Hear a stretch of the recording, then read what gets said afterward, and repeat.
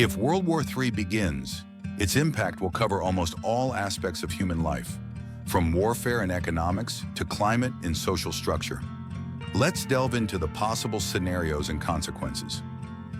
The day when the Third World War began, it was an ordinary autumn day. People were rushing to work, doing their chores, laughing at memes on social media, and making plans for the future. But in an instant, everything changed. Alarming headlines flashed across the front pages of the news. Missile strike on strategic facilities. Crisis is growing. World leaders give ultimatums. It seemed that the diplomats and negotiators who had been holding back the global conflict for centuries had suffered a final defeat. The addresses of the leaders of the countries began to be broadcast on TV and on the internet. People listened in a daze. The world was no longer safe. There will be no winners in this war, but it has begun anyway. Let's imagine that nuclear weapons will be used, and this is Armageddon in reality. With the first volleys of missiles, strategic cities were engulfed in flames.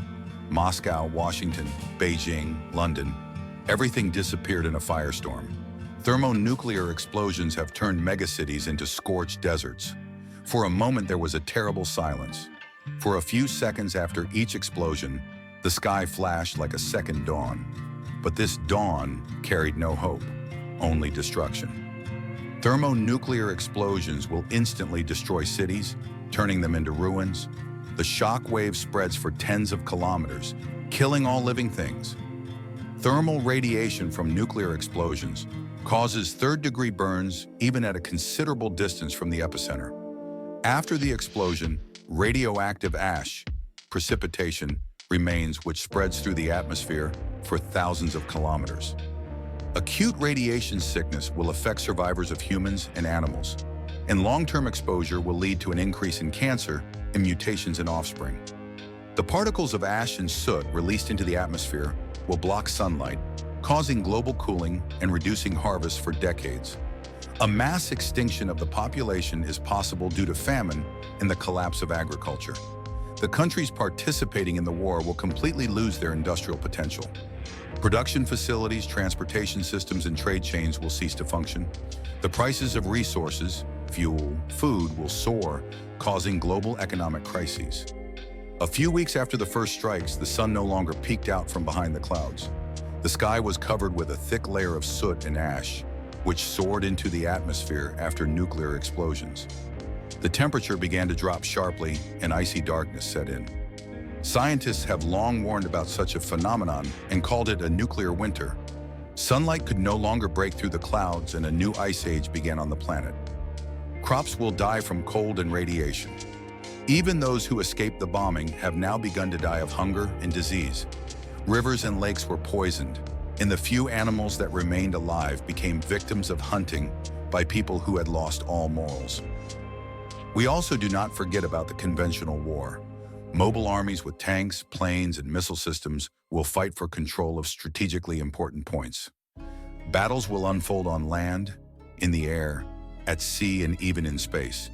Communication satellites can become targets of attacks, which will lead to the loss of GPS and communication systems. Fighting in cities will lead to the destruction of infrastructure and massive civilian casualties. War crimes and genocide can become part of this war, as has happened in previous major conflicts.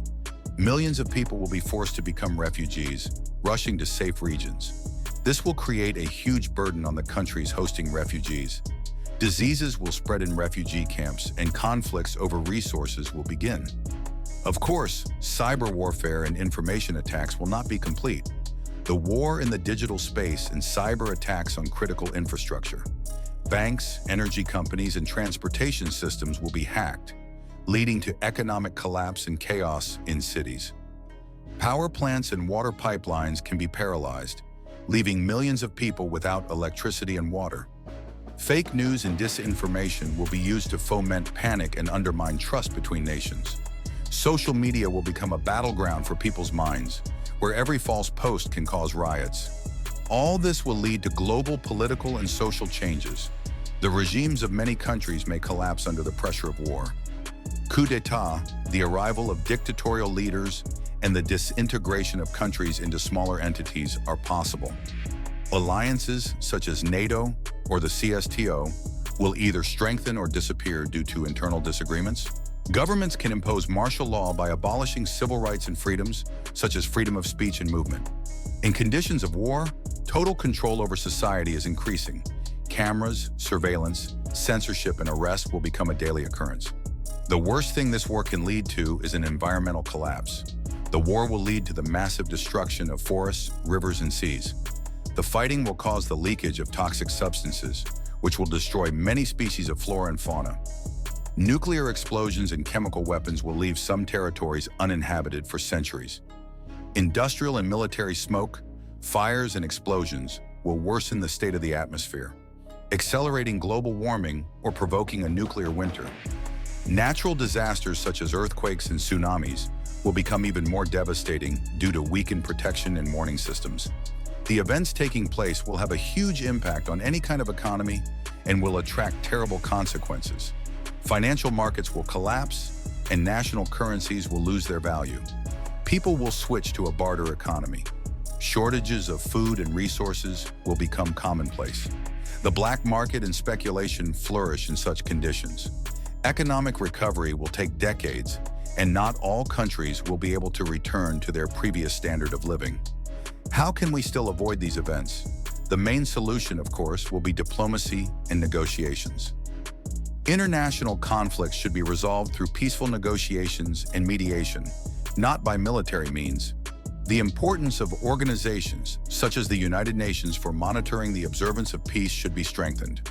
The guaranteed solution will be total arms control. It is necessary to expand and strictly comply with the treaties on the non-proliferation of nuclear weapons and disarmament. The launch of new arms races should be replaced by an increase in diplomatic cooperation, creating global institutions to invest in global security, development of mechanisms for rapid crisis resolution and prevention of military conflicts. Economic cooperation reduces the risk of war as countries become interdependent. What will the world be like after the war? In the event of World War III, the survivors will face a world that will be difficult to recognize. Streets and cities can turn into ruins, the usual civilization will disappear, and restoration will take decades or even centuries.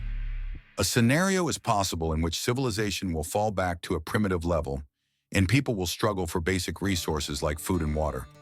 The war has dealt an irreparable blow to the environment. Forests burned down in fires and rivers turned into streams of mud and chemicals.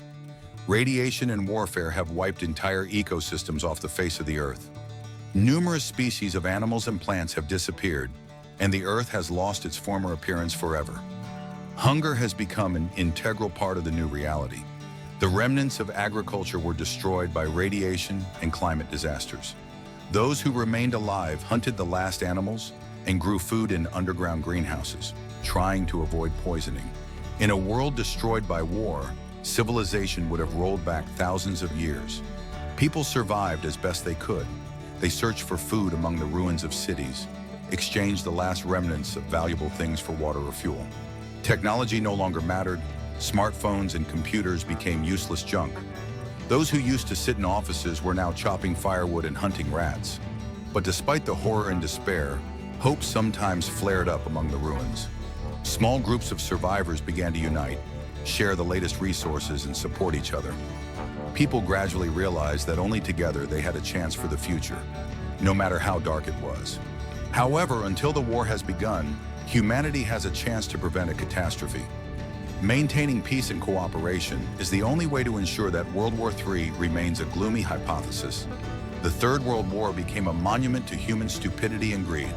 The world that was once built on science, progress, and dreams of a better future was destroyed in an instant. But deep down, people were still hoping that this wasn't the end. Perhaps when the dust settles and the sky becomes clear again, humanity will begin its journey anew. Only this time, with a lesson that peace is more precious than anything. If you like the video, subscribe for more What If content.